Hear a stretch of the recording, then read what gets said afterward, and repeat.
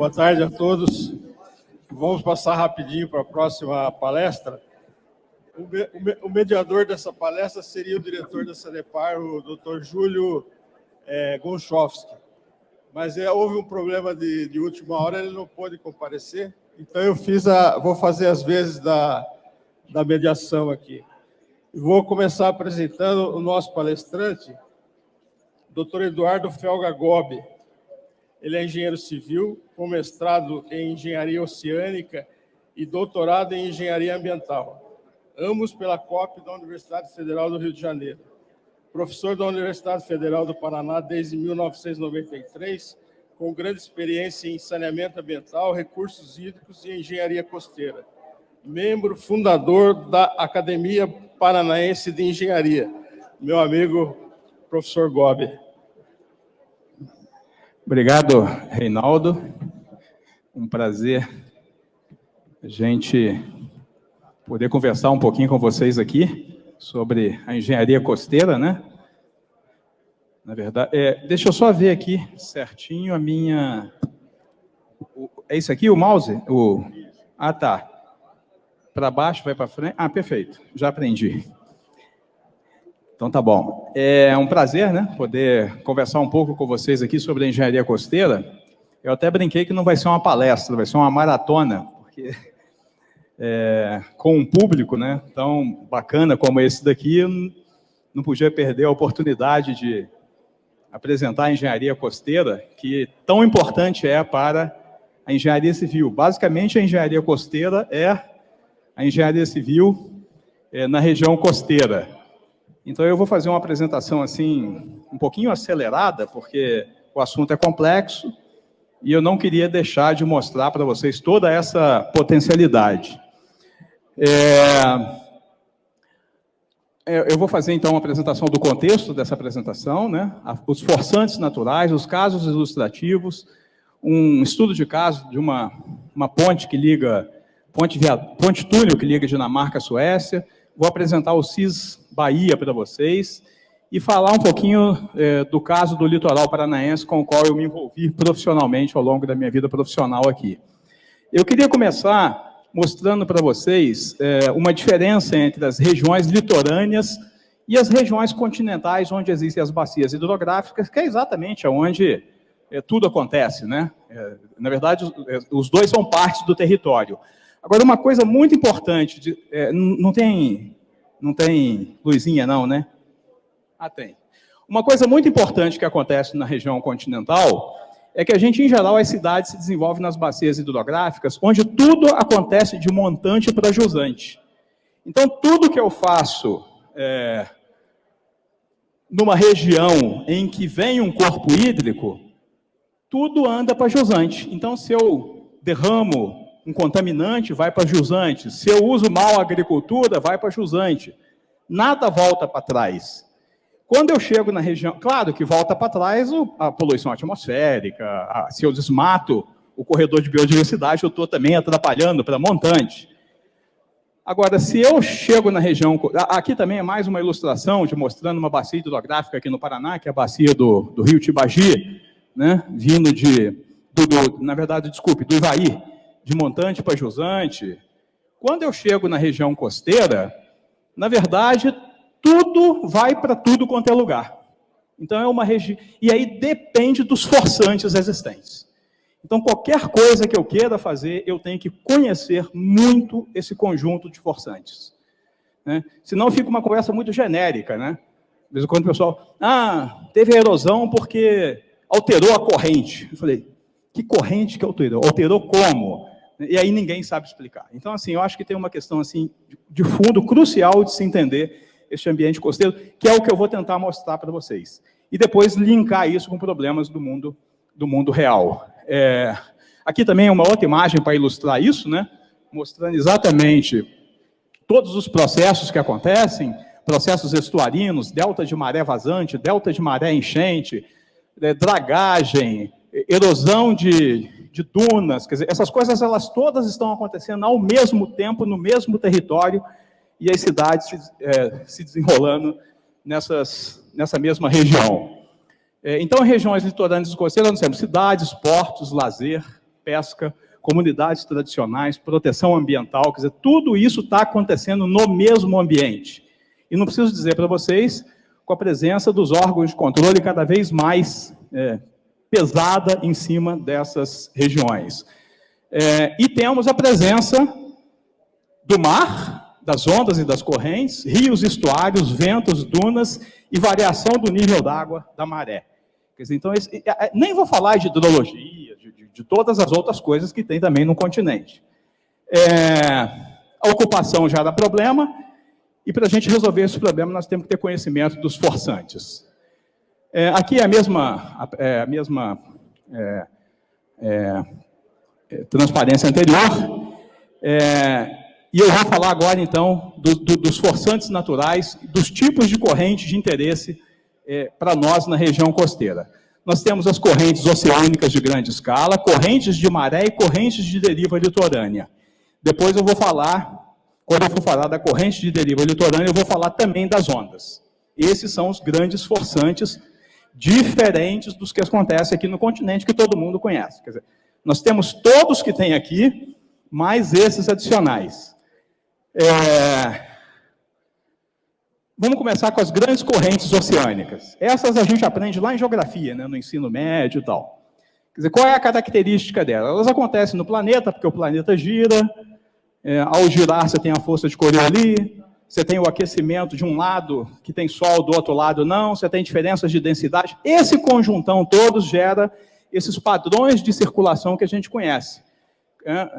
As correntes mais frias aqui em vermelho, as regiões mais piscosas do planeta, etc. Essas correntes são pequenininhas. Elas são cruciais para a biodiversidade, cruciais para o clima, mas elas são pequenininhas. Claro que lá no meio do oceano também tem algumas correntes novas que estão sendo descobertas, com espiral de Ekman, mas, assim, grosso modo é isso daqui. Elas têm pouca influência como forçante na região litorânea, onde a gente está com as cidades presentes. Depois nós temos... Estou apertando aqui, errado. Depois nós temos as correntes de maré.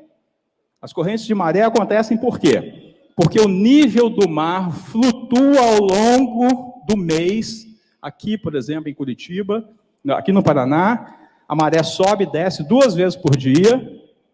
Na lua nova e na lua cheia, nós temos uma diferença entre a mínima e a máxima de quase 2 metros, na quarto crescente e na quarto minguante, cerca de 80 centímetros. Isso aqui é maré astronômica, e isso acontece por causa do alinhamento Terra-Lua-Sol. Eu vou ter que passar correndo, por isso que eu falei que é uma maratona. Ontem no curso, eu cheguei na metade dos slides com quase 5 horas de curso. Eu tenho a mesma quantidade de slide aqui, eu tenho que falar em 40 minutos. Por isso que eu estou brincando que é uma maratona. Isso daqui é a variação do nível da água. Aquilo era a variação do nível da água só com a parte astronômica. Aqui é a variação real. Vocês percebem aquele mesmo padrão, se exige a quadratura, mas vocês percebem que ela oscila. Ela oscila por quê? Porque agora eu tenho um forçante meteorológico. Eu tenho ventos, eu tenho diferenças de pressão atmosféricas que afetam a superfície do mar. E é claro que, para efeitos práticos, é essa que importa para a gente. Isso aqui, aquilo lá eu nem lembro, acho que é em Rio de Janeiro, isso aqui é em São Francisco do Sul. Aí aqui vem uma coisa muito importante para a engenharia.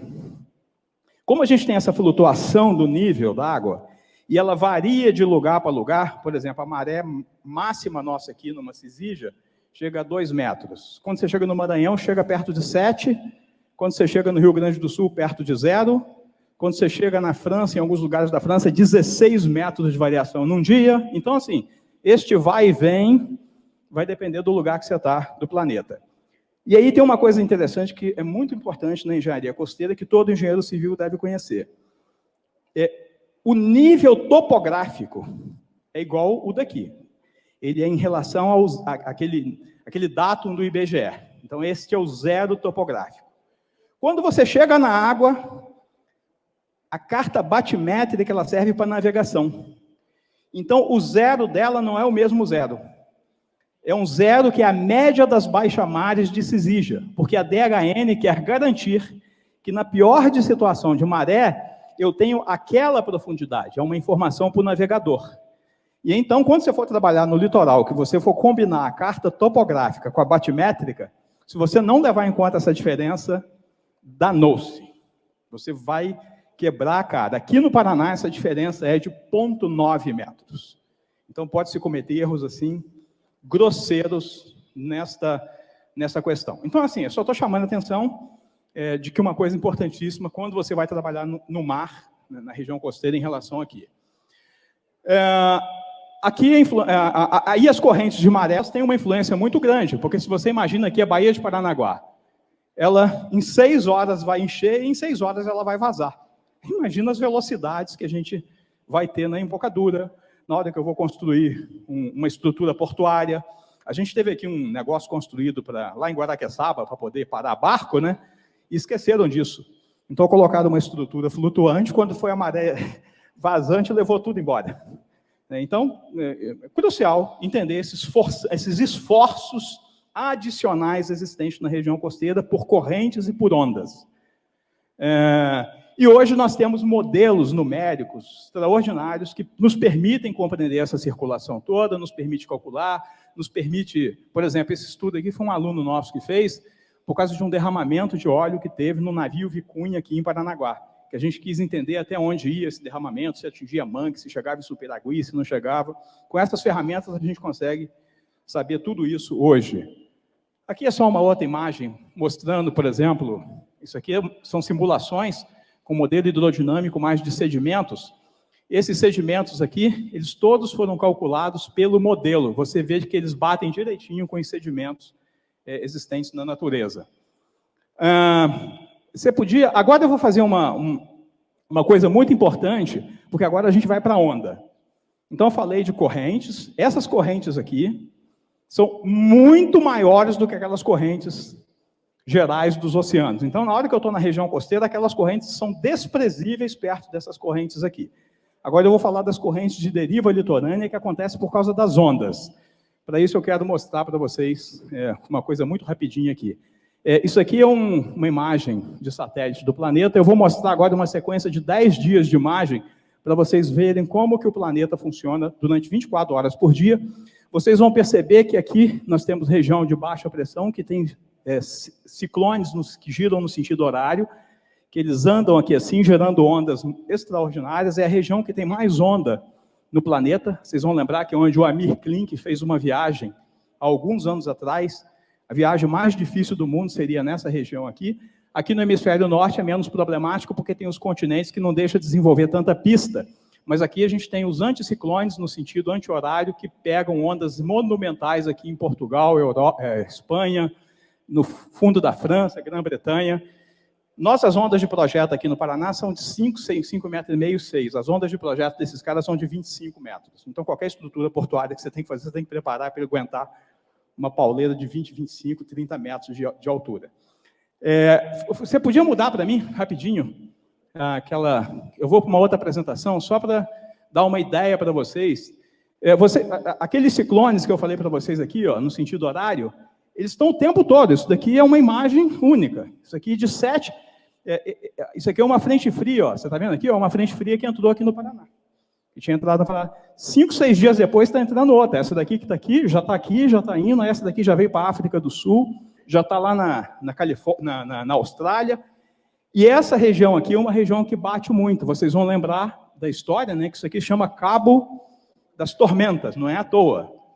Os caras, aqui é pauleira, aqui também, e aqui também por causa dos anticiclones no hemisfério norte. E vocês vão perceber uma coisa aqui, que os furacões que chegam aqui, eles são formados nessas instabilidades na África. Quando eles caem na água do mar, eles começam a receber calor da água do mar, eles se intensificam e batem aqui. Então, na verdade, quando a gente assiste tudo isso aqui tudo está acontecendo, por quê? Porque o sol está aquecendo a água do mar, e a água do mar está evaporando e realimentando a atmosfera. Quando ele realimenta a atmosfera, gera vento, gera onda, e neste exato momento nós temos onda arrebentando no mundo inteiro, que no fundo, o que é? Dissipação da energia solar. Então, na verdade, essa é a coisa mais espetacular que existe, né, do funcionamento do planeta. Aí entra a mudança climática, aí outra palestra. Eu já posso passar aqui, né? Então, aqui vocês vão perceber, ó, mais ou menos uns 10 dias acontecendo, vai formar um furacão que vai chegar nos Estados Unidos, e esse furacão, ele já saiu da África, ele já está lá se formando, ó, no meio do oceano, ó, agora o olhinho dele já apareceu lá, ó. Ele está aqui, ó. Aí como é que é? O Centro Nacional de Furacão dos Estados Unidos já está de olho nele desde que ele saiu lá da África. Eu brinco que eu chamo a vingança africana, né? E por que forma o furacão aqui? Porque essa região do mar tem muito mais calor do que essa daqui. Então, aqui se formam ciclones e anticiclones. Aqui, furacão.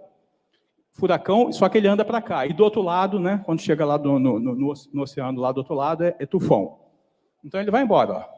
Só que, em vez de bater na Flórida e no Caribe, esse daqui fez a curva, passou pela Flórida, passou pela Carolina do Norte, esse cara foi bater lá em cima no Canadá, raríssimo de acontecer. Matou 3 pessoas lá, porque os caras não estavam preparados. Mas é só para vocês entenderem que tudo isso pode desfazer e voltar para outra. Quer dizer, esse conjunto todo aqui, então, tem que ir para aquela... Aí. Esse conjunto todo aqui, então, associado a isso daqui, que é a temperatura da superfície do mar, você vê que é muito mais quente aqui do que aqui, gera padrão, isso aqui é a chuva, um padrão de chuva para um determinado dia. Isso daqui é o padrão de vento no planeta inteiro, naquele mesmo dia daquelas chuvas. Vocês podem perceber ventos aqui enormes, sempre soprando nessa direção aqui, gerando onda. Esses ventos aqui, esse conjunto aqui, isso aqui é um determinado dia. Esse dia aqui estava gerando no mundo inteiro essas ondas aqui. E essas ondas aqui, então, propagam-se em direção à costa. E essas ondas vão ser fundamentais, então, para o dimensionamento das estruturas costeiras, os esforços nas estruturas costeiras, o dimensionamento do petróleo, o dimensionamento da plataforma de petróleo, o dimensionamento do porto, o dimensionamento das praias, o dimensionamento dos quebra-mares,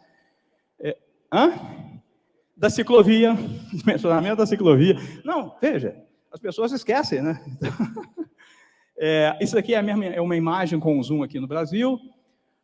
Aí vocês perceberam aqui, essa imagem que eu tenho aqui é inverno no hemisfério sul. Aí eu quis mostrar para vocês uma imagem de inverno no hemisfério norte, que é o contrário. Aí aqui tem muito menos onda no nosso verão, e as ondas muito fortes vão estar acontecendo aqui, pegando então essa região que tem muita onda forte.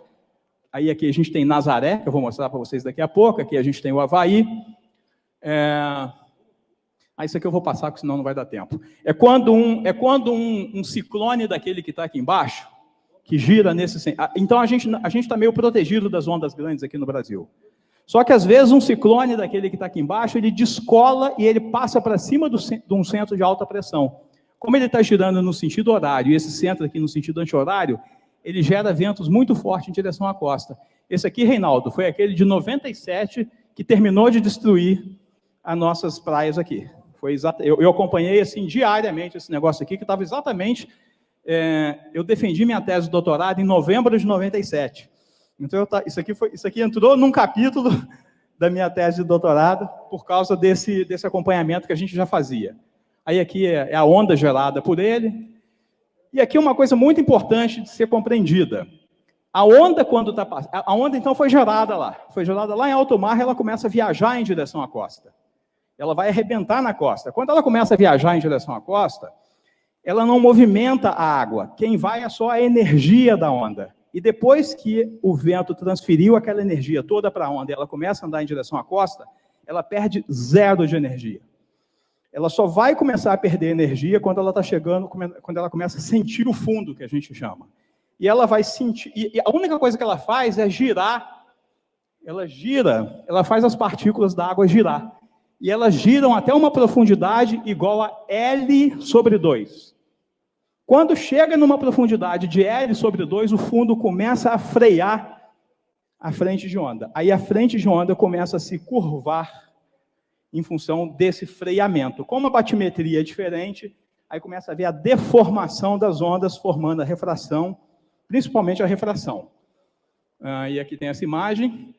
E quando está chegando bem na região litorânea, isso aqui é muito importante para dimensionamento de obras costeiras, aí entra no nosso caso daqui, que a galera nunca entendeu.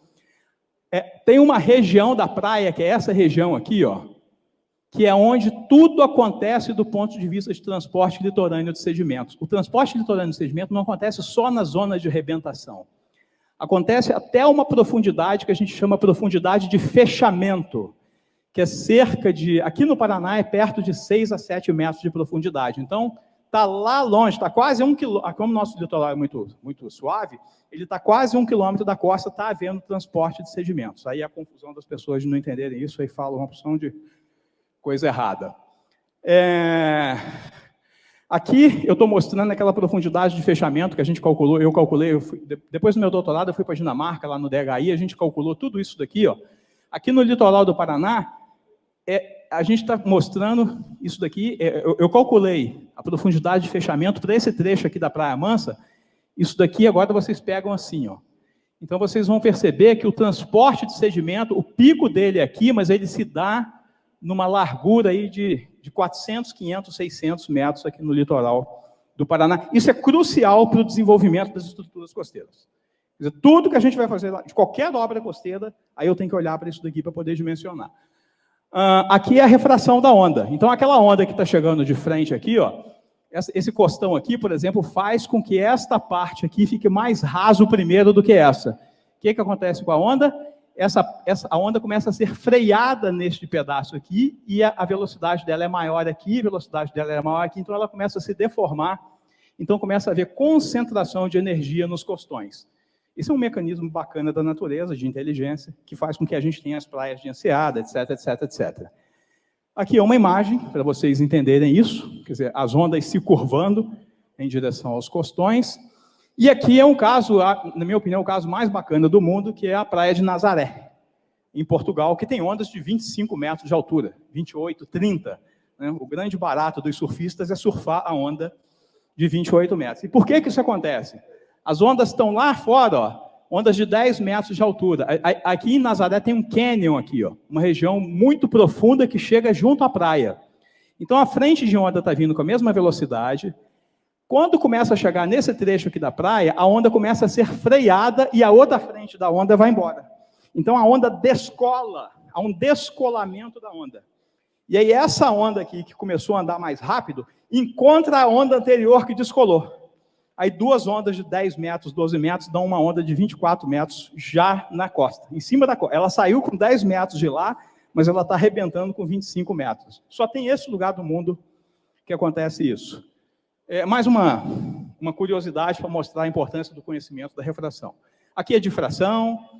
Aí aqui essas ondas, quando estão chegando, elas começam então a trabalhar o fundo.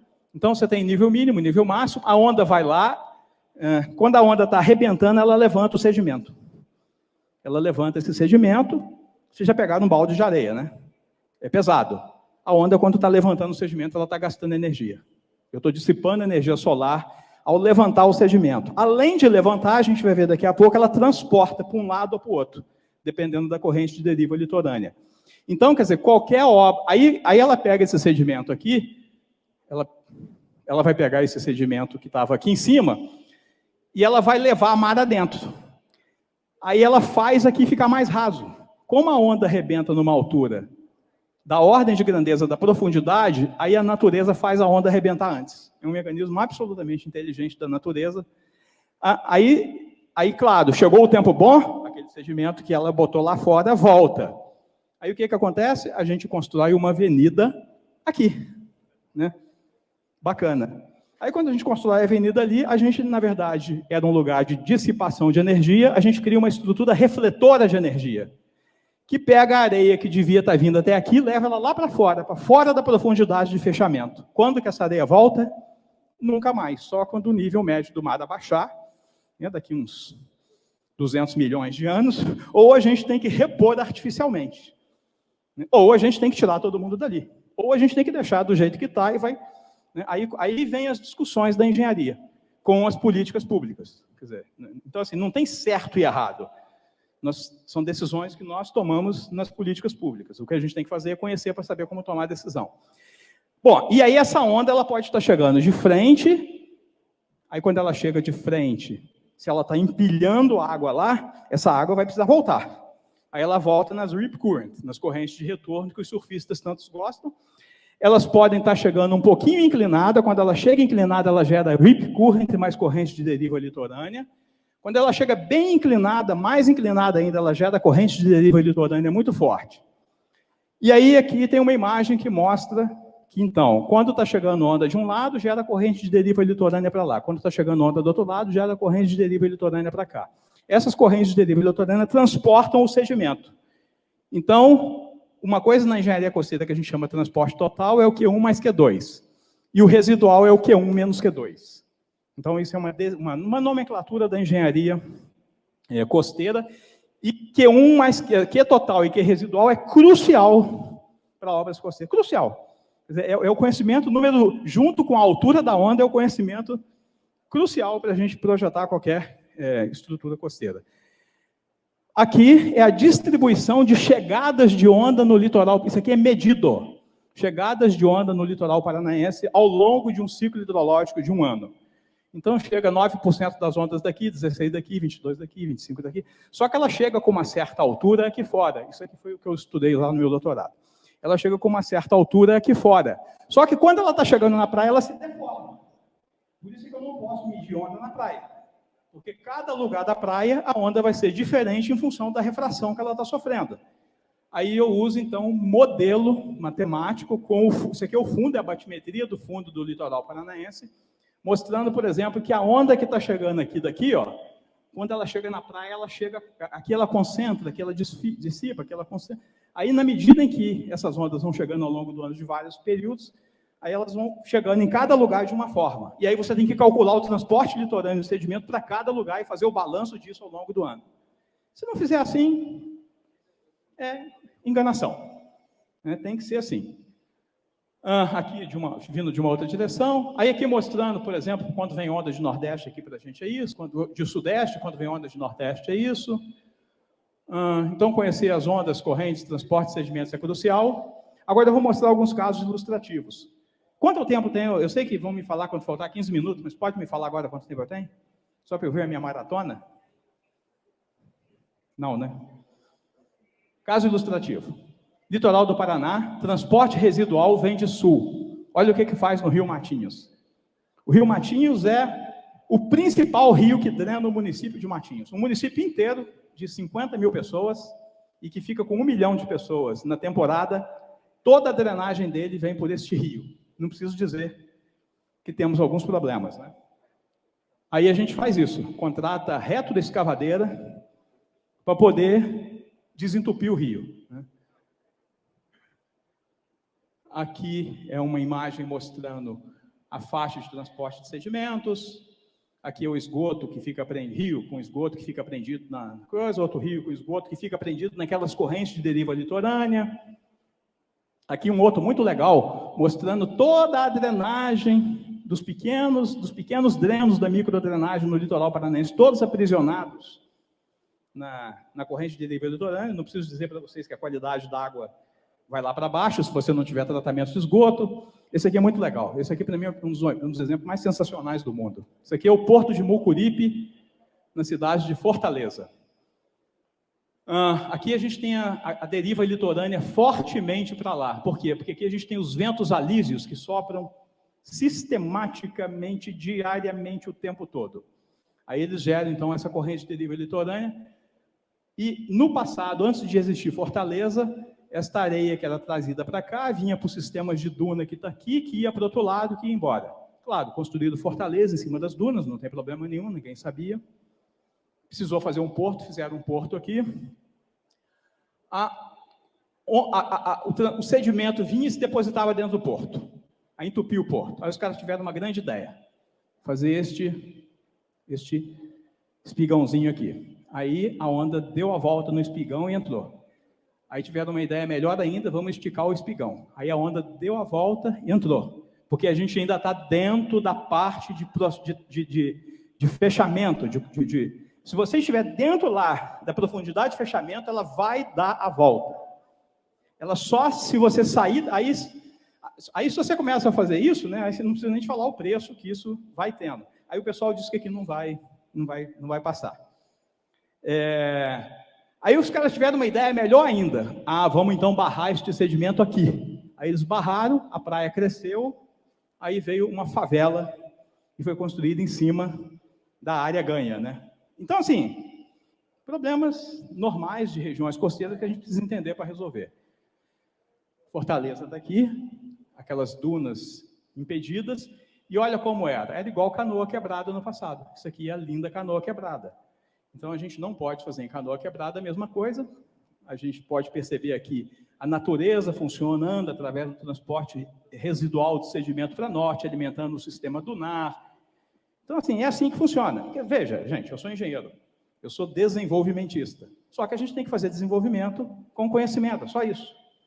O que é muito comum a gente fazer é desenvolver sem conhecimento ou não querer que aconteça nada, que é o que, em geral, acontece com as outras pessoas que não são da engenharia. Aí ficam brigando com a gente, dizendo que o engenheiro é bandido, que o engenheiro quer fazer desenvolvimento.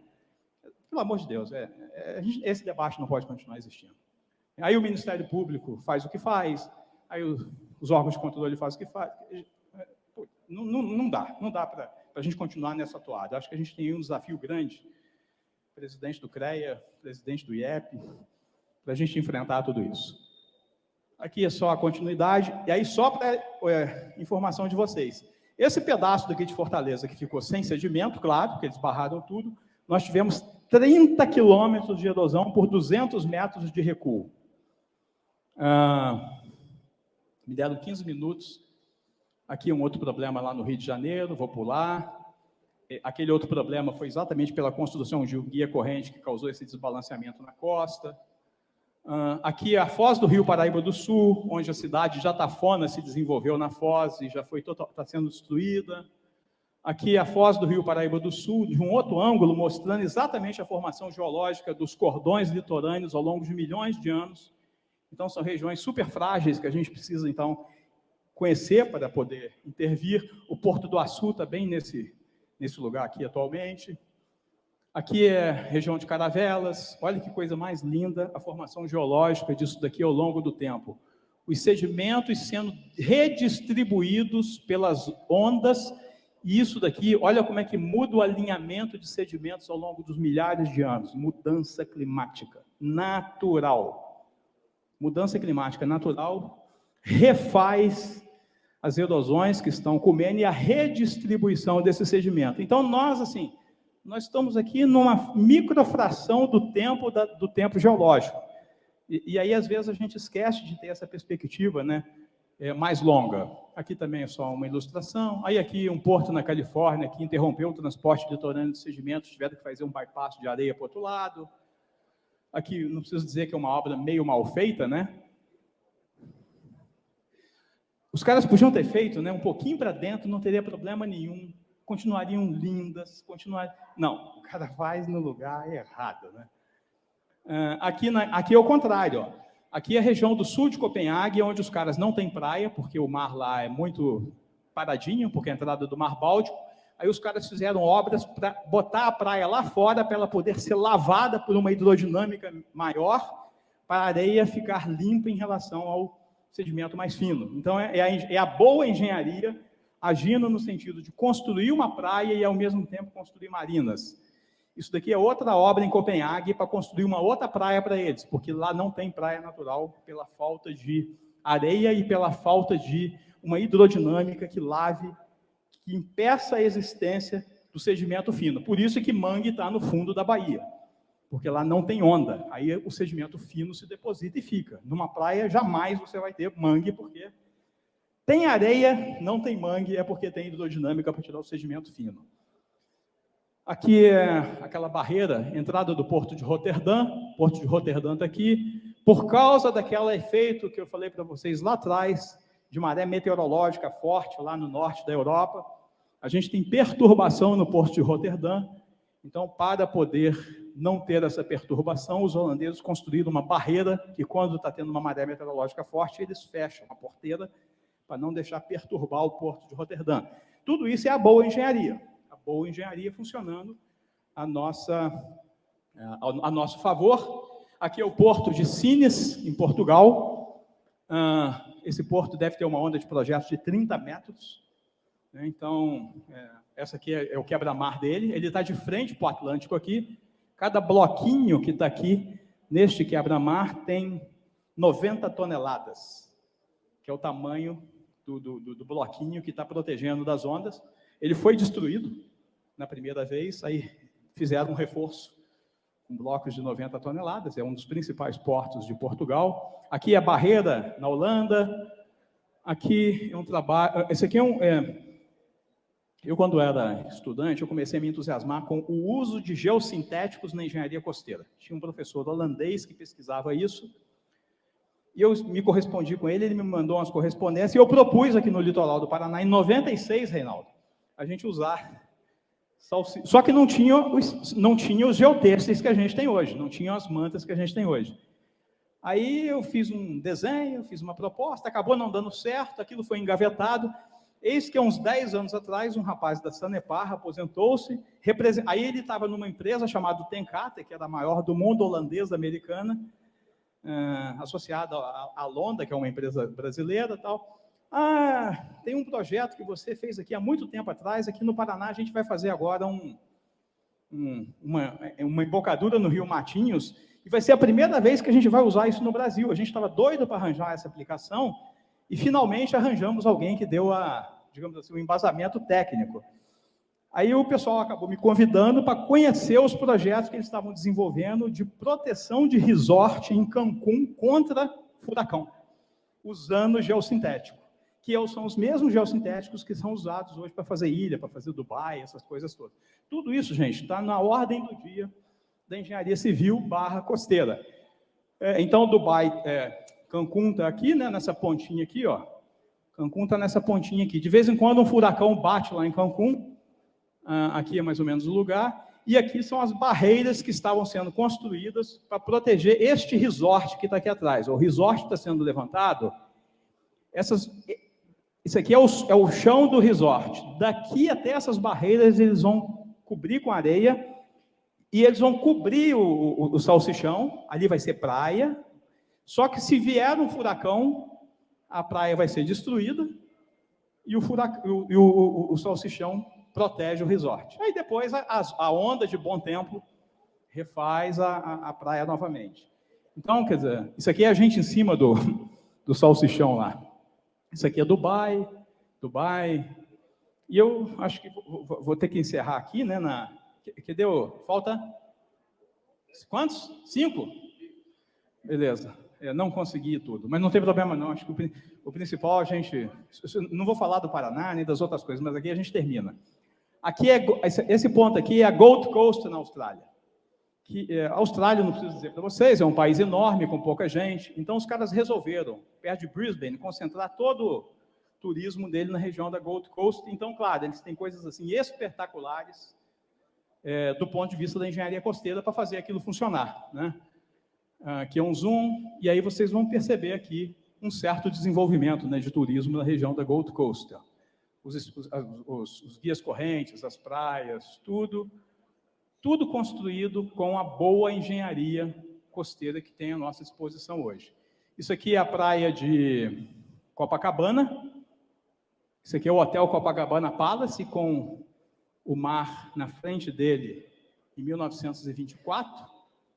Aqui é a praia de Copacabana hoje, né, com quase 800 metros, né, por causa de um belo engordamento de praia, um belo enchimento de praia, que está lá até hoje.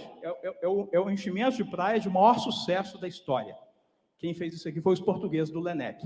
Fizeram isso no fim da década de 60, nunca teve manutenção. Nunca teve manutenção. Por quê? Porque o Q residual é zero. Então, toda vez que o Q residual não é zero, a gente tem que gerenciar.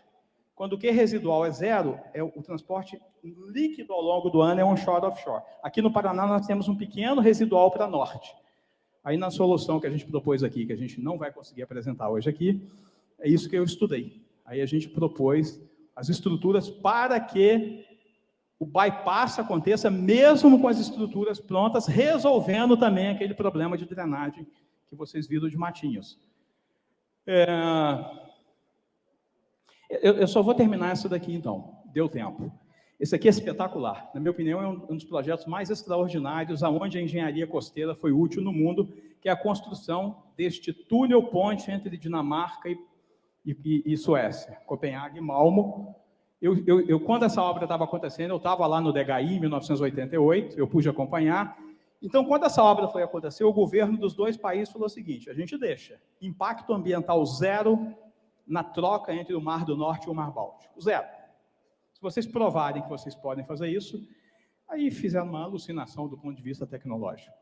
É absolutamente estonteante o que esses caras fizeram. Isso aqui é a troca, né? Como é que funciona a salinidade no Mar do Norte com o Mar Báltico, que aí despeja água, aí depois, quando a maré é vazante, volta. E aí todo o ecossistema aquático é função deste ambiente, não podia afetar esse ambiente. E eles tinham essa ilha aqui, que é a ilha de Saltholm, que é patrimônio ambiental da União Europeia, não mora ninguém, não tem ninguém, e é onde tem pássaros migratórios se reproduzem ali. Eles falaram, aqui é 0,0000000. E tinha uma vegetação de fundo lá que não podia ser afetada nessa região toda aqui. Aí o que os caras fizeram? 3 anos antes da obra, os caras começaram a estudar sombreamento nesta vegetação, para estudar a fisiologia desta vegetação em resposta à mudança de turbidez. E aí eles definiram níveis de turbidez máximo que podia ter durante as obras de dragagem. Aí o cara dá... Aí são as malhas de modelagem. Aí a empresa que estava fazendo a obra apresentava um plano de dragagem, o DHI rodava, via quanto seria a dragagem com aquele plano de dragagem. Quanto que seria a turbidez? Chegou na turbidez, rompeu a turbidez? Não, me apresenta outro plano de dragagem. Não, beleza.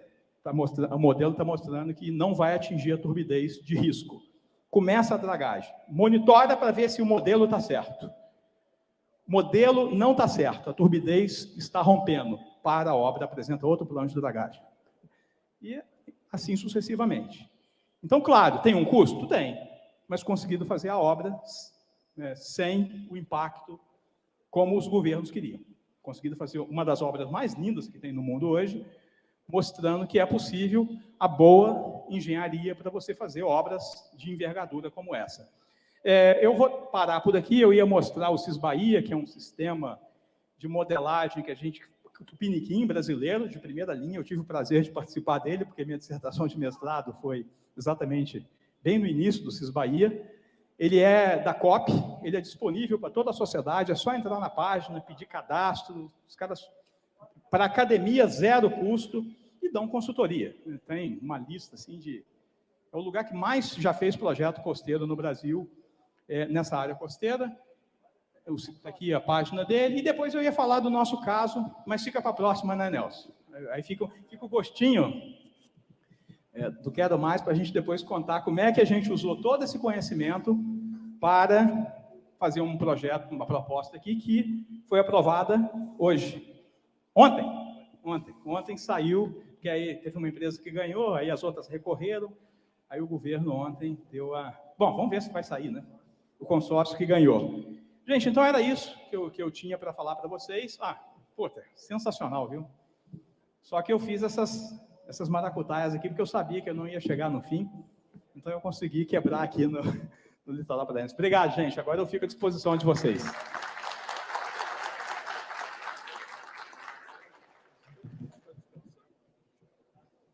Eu falei que ia ser uma maratona, né? Mas não é que foi uma maratona...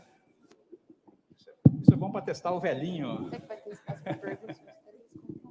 Bom, em primeiro lugar, quero agradecer aí a palestra do nosso companheiro Dr. Gobi. O Ladaga, quando todos aqui conhecem bem o Ladaga, né? Quando faltou o diretor da Sanepar que ia fazer a mediação, ele sabe da minha paixão por esse assunto, que eu gosto muito desse assunto. Deixa essa imagem que é bonita. Daí ele falou para mim, o mediador vai lá, chama o palestrante, passa depois para as perguntas e acabou. Mas eu queria dizer uma coisa.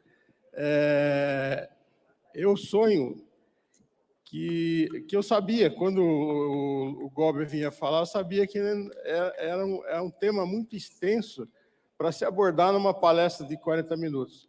Mas eu entendo que essa palestra é uma espécie de uma provocação, porque nós temos uma costa muito grande e em todos os estados que têm litoral, nós temos abenques. Então, o meu sonho era que as abenques procurasse um interesse maior por esse assunto da engenharia. Não estou dizendo que não tem interesse, mas que nós intensificássemos esse interesse sobre a engenharia costeira. E, é lógico, eu gosto muito do termo gerenciamento costeiro, né? Para nós participarmos mais das coisas que acontecem em todo o nosso litoral. Então, eu vou abrir a perguntas e infelizmente, vou limitar a 5 perguntas, tá bom? Para que a gente não atrase mais o evento, ok? Então, quem quiser fazer uso da... Boa tarde, de novo, né? Maria da Glória, da Minas, né? Conselheira do CREA Minas. Poderia levantar, Maria da Glória. Eu gostaria de Obrigado. saber o seguinte, quando a gente vai fazer uma estrutura em rios, etc., e que a gente trabalha na hidrologia, e a gente faz o estudo de máximos, a gente utiliza modelos de probabilidade, né, do tipo Gamble, né, exponencial, etc. Gostaria de saber que, se em obras costeiras, além da análise total de vento, de toda essa parte, a gente tem a tábua de marés, inclusive, né, fornecida pela Marinha anualmente, se a gente também faz um estudo de probabilidade, utilizando mais ou menos esses modelos com altura de ondas, e se também nós fazemos... estudamos a quantidade de energia aplicada, né, sobre isso. Se a gente faz exatamente, mais ou menos, né, o que você... se você faz exatamente o que a gente faz em caso de rios. Igualzinho. A gente tem lá uma estatística das ondas medidas. Se você não tem onda medida, você vai tentar fazer... Hoje é difícil, porque hoje você sempre tem por causa dos modelos, etc., sempre tem uma informação, mas nunca também é completa. Aí se recorre a toda a estatística igualzinha, customizada para a física da onda. É igualzinha, não muda nada. Aí vento, hidrologia, tudo igual. A única característica diferente é aquilo que eu falei para vocês, que tem essa componente de um pouco mais de interatividade, mas é absolutamente igual. Mais alguém? Aqui. Boa tarde, doutor Eduardo Gobi, né? Eu sou engenheiro civil, engenheiro geotécnico, né? Sou conselheiro do CREA regional lá da Bahia, da BENC, pela BENC. Eu gostei muito da sua palestra, né? Que eu atuo nessa área geotécnica. E essa parte que você comentou aí da retrolavagem e falou do território brasileiro, da costa brasileira, que é uma costa que ela se aprofunda, porque ela é suave, não é isso? E as intervenções positivas que você citou aí, como a praia de Copacabana, né, que praticamente não tem manutenção. Eu pensei que você ia falar alguma coisa aqui de Camboriú, né, aquela praia artificial que eles fizeram lá para alargar. Por que isso? Porque lá na Bahia, a gente tem alguns locais que estão com uma influência muito grande, né, na Ilha Itaparica, por exemplo, tem uma praia muito bonita, onde já existem os arrecifes, o quebra-mar natural, que suaviza esse trabalho de retrolavagem. E aí, como faixas de praia vão se perdendo nos condomínios que vão se implantando, que cada um implantou uma solução, e muitas das vezes não é a boa engenharia. E eu fui chamado lá para ver um cliente meu que ele praticamente não tinha nem mais frente da casa dele. A praia já tinha acabado, e eu tinha ido naquela praia uns 20 anos atrás, que era uma das praias mais bonitas da ilha, e praticamente acabou a praia. Aí, quando você vai ver para o lado, praias que não existiam, de outros, né, começou a existir, e o próprio quebra-mar natural perdeu a força, né, e ocasionou isso tudo. E cada um com a solução diferente, e nenhum com a solução conjunta para que possa minimizar e a boa engenharia sendo usada. Acho que sua fala foi sensacional, né? Mostra exatamente o que acontece no mundo real. A gente, exatamente por não ser um conhecimento tão difundido, né? Por outro lado, nós temos 8.000 quilômetros de costa, e é o turismo que está nessa costa, quer dizer, toda hora a gente precisa de uma intervenção. E como a gente também tem uma dificuldade de planejar no Brasil, de fazer coisas assim bem estruturadas, né? Esse caso, por exemplo, do Paraná, que a gente tem aqui da nossa solução, acho que a grande riqueza dele é essa. A gente começou com esse rapaz aqui, lá em 1994 para 95, que eu procurei o Reinaldo, eu sou mineiro, recém-chegado aqui no Paraná, o Reinaldo foi super receptivo, e isso, estou falando 94, 95, o governo está contratando a obra agora. Quer dizer, são quase 30 anos para a gente no Brasil conseguir, pelo amor de Deus, gente. A gente tem que parar com... Porque são idas e vindas, e muda o governo, e o Ministério Público, e não sei quem, e não sei quem. Quer dizer, e aí a gente aqui... Agora, por quê? Porque aqui a gente conseguiu fazer uma solução conjunta.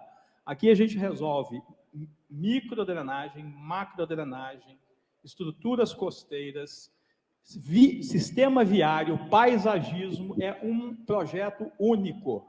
E aí gerou um inferno. Eu me lembro que quando eu cheguei a estar no governo, a gente ia lá naquele PAC pedir dinheiro, aí a gente chegava com a solução completa. Aí o pessoal do PAC falava assim, a gente não consegue, porque a gente tem o PAC drenagem, nós temos o PAC mobilidade e o PAC não sei o quê. O seu projeto tem tudo. Não tem dinheiro para ele. Aí eu falava assim, esse país é espetacular. Quer dizer, você propor a solução completa e integrada, não tem dinheiro público para poder financiar. É um negócio absolutamente estonteante, né?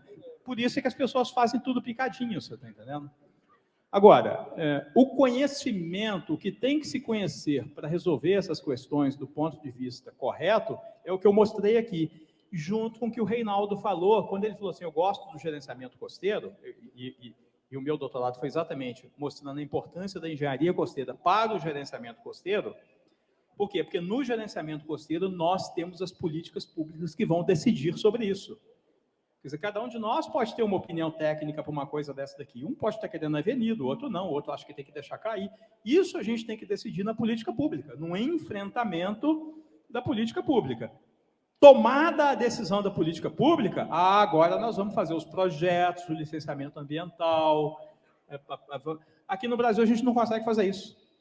Quer dizer, você mistura tudo, aí depois da política pública aprovada, do dinheiro aprovado, aí o cara fala que o estudo de impacto ambiental não está certo, aí ele judicializa, aí a decisão não vai ser tomada por nós, vai ser tomada no TRF4, aí se der errado no TRF4, vai para o STF. Quer dizer, a decisão começa a ser tomada completamente longe do problema, né? E aí o Brasil tem sido assim, e isso que é muito ruim, por isso é que eu gosto muito quando o Reinaldo fala que a gente precisa privilegiar o gerenciamento costeiro neste contexto de um debate saudável, por isso que eu falei lá no início, olhando para todos os interesses, o interesse do desenvolvimento, o interesse portuário, o interesse da preservação ambiental, o interesse das comunidades tradicionais.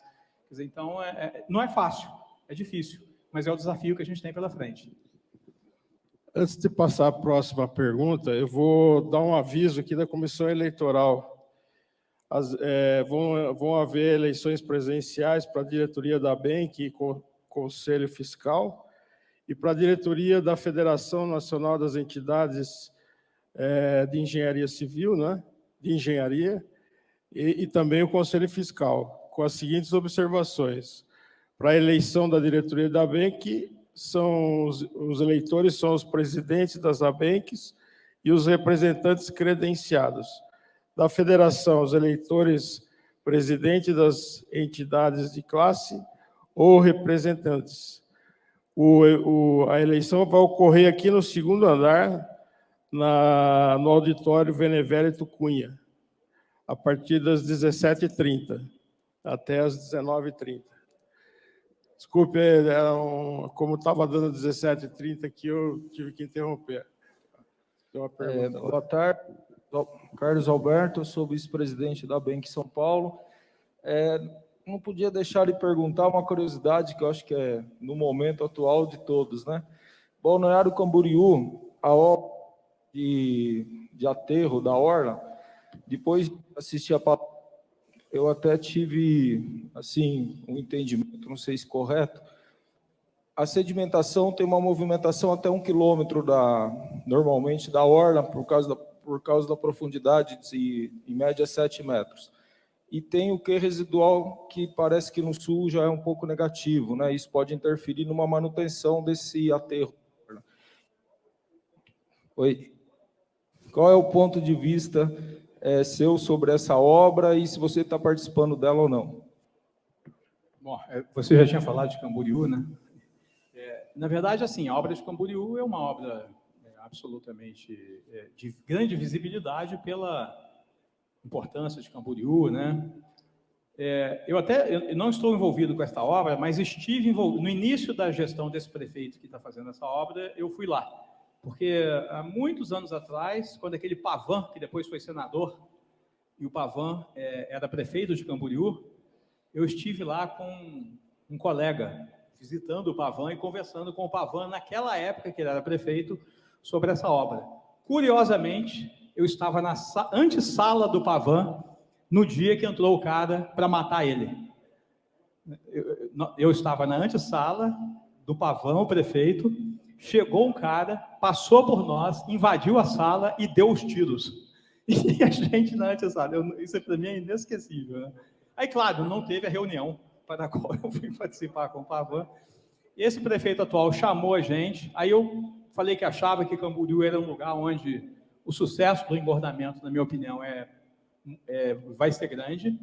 Por quê? Porque Camboriú também tem... O Camboriú está numa unidade fisiográfica que os sedimentos não passam pelos pontais. Então, eu nunca estudei assim, eu não sei se Camboriú tem um Q residual zero, com certeza ela teve muita perda para a parte de fora. Por quê? Por causa exatamente da reflexão das ondas na avenida que avançou, que não devia ter avançado. Agora, eu particularmente acho que vai ser um engordamento bem sucedido. Essa é a minha leitura sobre Camboriú. Eu cheguei a fazer um desenho lá, até entreguei para o prefeito. Claro que é um pouquinho diferente, mas aí faz parte da engenharia. Cada um de nós tem um olhar um pouquinho diferente. Mas, assim, me parece assim, que é uma obra bem feita, bem estruturada, bem pensada. Eu sei que tem gente boa por trás. Agora, sempre uma obra polêmica. Hoje, qualquer coisa que você faz é polêmica. Hoje, qualquer coisa que você faz é polêmica. Aí, na hora de fazer lá a dragagem, acharam concha, aí os caras que eram contra falaram uma opção de coisa, mas aí, isso faz parte do mundo moderno. Mas, assim, é uma obra pela qual eu simpatizo bastante. Boa noite, meu nome é Sérgio Chaves, presidente da Bank Ceará. Professor, eu não trabalho nessa área não, mas já que você citou Fortaleza, quando ali fizeram aquele espigão lá no Mucuripe, o que é que ocorreu? Transferiu para a beira-mar o avanço das marés, certo? Então, eles, para conter esse avanço, eles construíram os espigões e realmente conseguiram conter. É tanto que fizeram o que fizeram lá em Camboriú, aterraram a beira-mar. Só que esses avanços, eles vão transferindo lá para frente. Foi para Icaraí, foi para Iparana, Icaraí, e aí não tem como fazer essa contenção e parar esses avanços. Infelizmente, lá no caso de vocês é dificílimo. Por quê? Porque lá nós temos os ventos alísios com uma predominância de transporte numa direção, na direção para norte, você está entendendo? Então, assim, é muito difícil lá, você está entendendo? Infelizmente, é um caso que tem que vai requerer um gerenciamento... Alô? Que vai requerer um gerenciamento para o resto da vida, você está entendendo? Agora, claro, você pode fazer bypass de areia, você pode fazer espigõezinhos mais curtos para ficar dentro da faixa, aquela profundidade de fechamento que eu falei. Aí as praias vão ficar fazendo um zigue-zague. Agora, tem que estudar. Agora, lá, sim, o transporte residual ele é muito predominante para um lado só, por causa dos ventos alísios que eles são muito fortes. Aqui no litoral nosso, e tanto Camboriú também, a gente tem ondas vindo de todo lado. Uma parte do ano vai para um lado, outra parte vai para o outro. Lá não. Lá a predominância é um lado só. O que eu vejo é que isso vai acabar criando um problema interestadual com o Piauí, porque ele vai avançando. Eu não tenho a menor...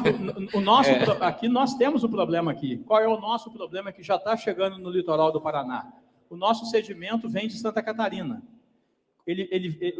Santa Catarina alimenta o Paraná. Quando chega na Baía de São Francisco do Sul, que tem um porto, o sedimento cai dentro do canal da Baía de São Francisco do Sul, eles limpam, não devolvem o sedimento para o sistema.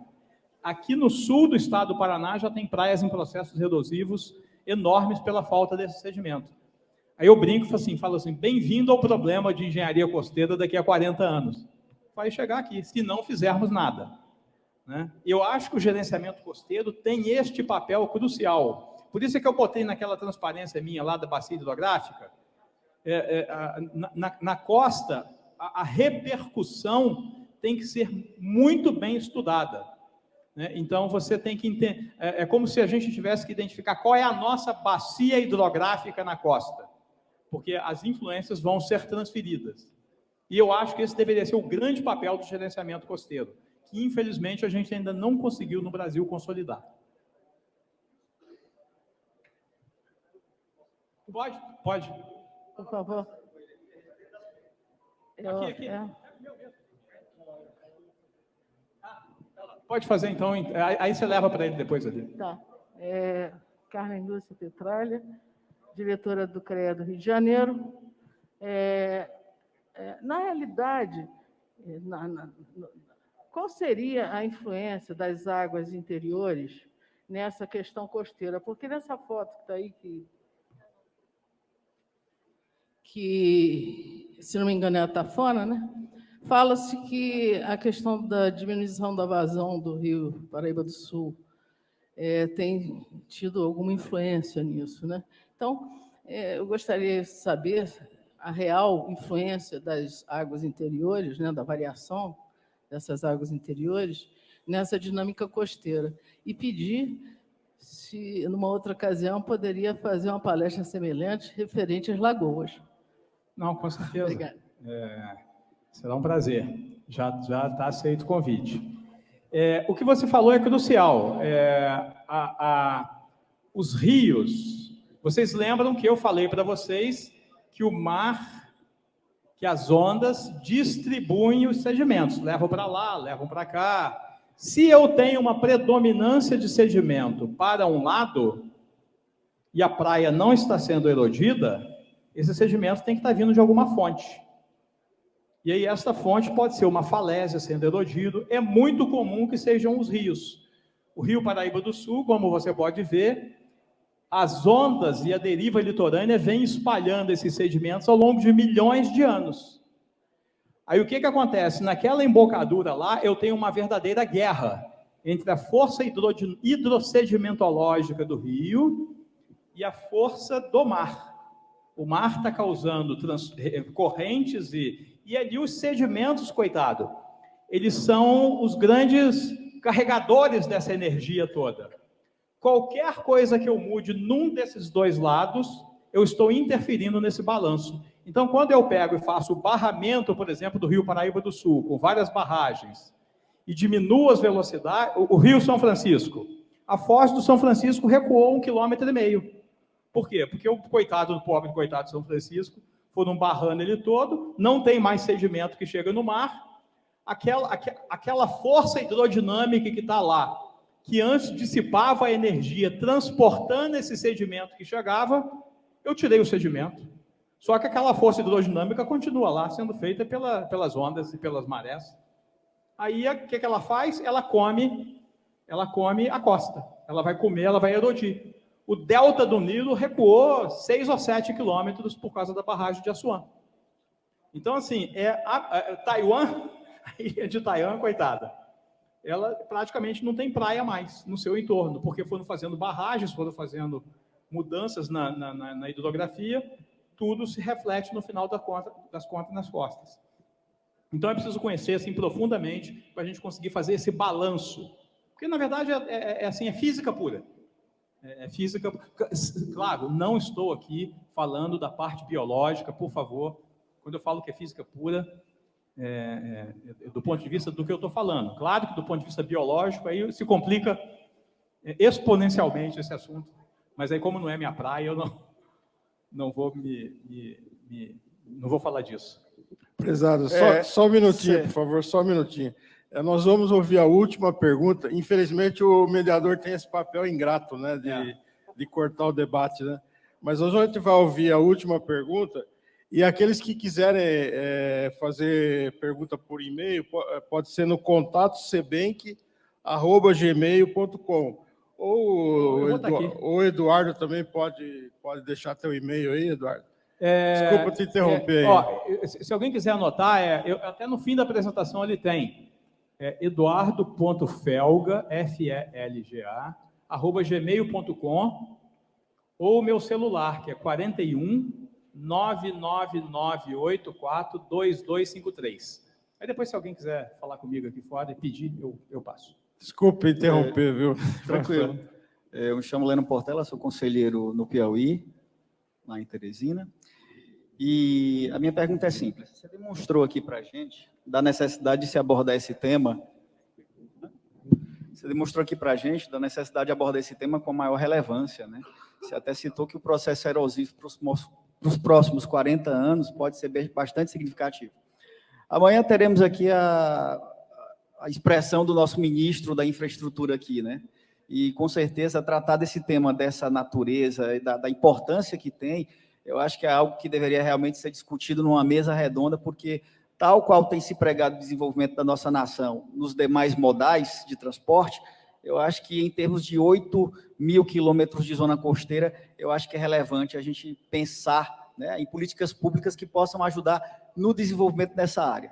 A minha pergunta é, acerca desse ponto das políticas públicas, o que você tem a nos dizer sobre se há ou não, se tem-se ou não levantado pontos importantes acerca de um debate, né, para o desenvolvimento dessa área como um todo, ou o desenvolvimento da engenharia costeira em termos de Ministério da Infraestrutura Brasileira para os dias atuais, né? Muito obrigado pela pergunta, bem importante. Quando eu era aluno da COP, em 1980, eu me formei em 87, 88 eu entro para a COP, e 88 foi um ano muito importante para o programa de engenharia oceânica da COP, porque estavam retornando 3 doutores, um do MIT, um da Flórida e tal. Então, assim, foi um ano muito rico.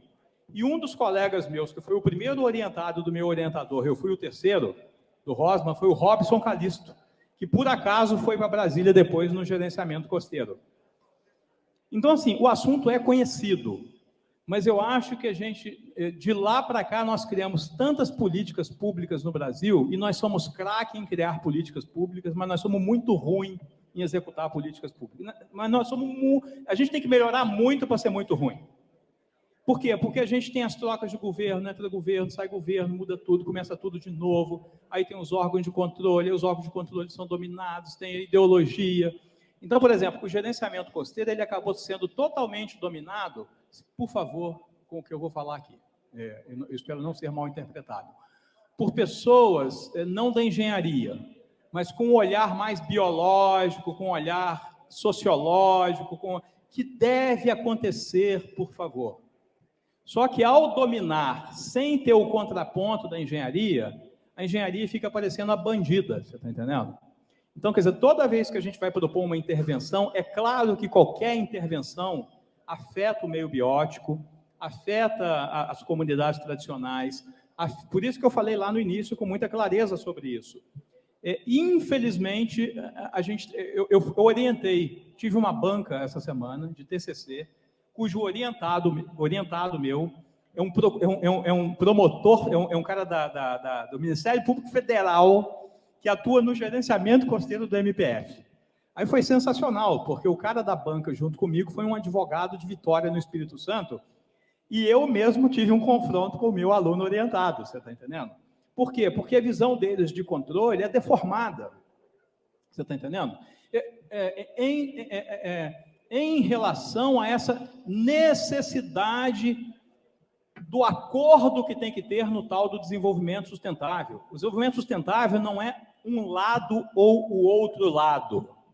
É um acordo entre os dois lados, né? E esse acordo ele precisa ser mediado e ele vai mudar com o tempo. Eu tenho certeza absoluta que a geração de daqui a 20 anos vai pensar diferente e vai fazer acordos diferentes. A gente não consegue fazer isso no Brasil. Simplesmente não conseguimos. Quer dizer, a nossa política é dominada por um conjunto de interesses que não consegue ter alguma coisa que atravessa de um governo para o outro. E eu estive no governo aqui, assim, em posição... não, no governo do Paraná, no anterior, em posição, assim, bem próxima do governador. E eu sei do que eu estou falando, você está entendendo? E, atualmente, eu sou super ligado ao governador atual, às pessoas, e sei dessa dificuldade. Então, a gente vai precisar de exercitar essa capacidade de separar o Estado do governo. A gente não consegue separar o Estado do governo. Acho que esse é um problema sério que a gente tem. O governo que entra se apropria do Estado. E uma política dessa tem que ser uma política de Estado. Mudou o presidente, a política não pode mudar. O problema é que isso não acontece no Brasil.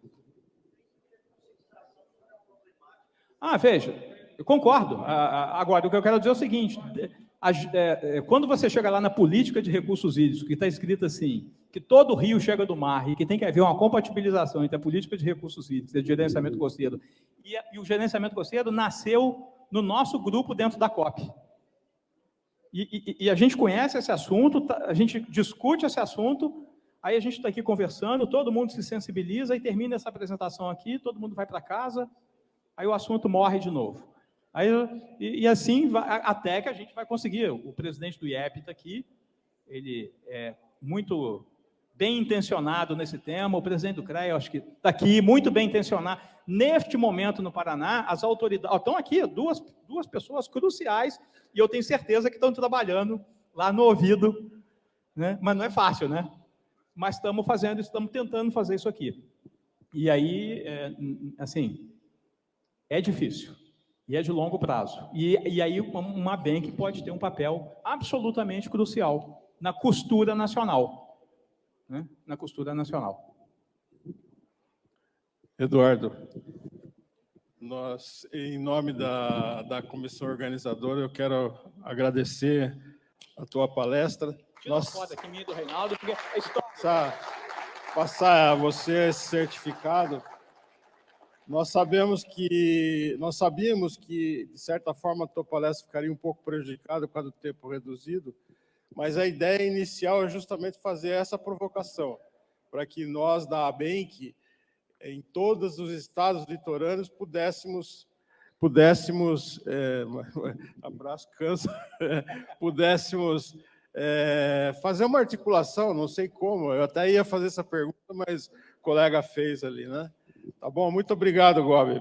E obrigado pela presença de todos. Quem vai fazer essa articulação, os caras estão aqui, ó. Nós vamos conversar depois sobre isso.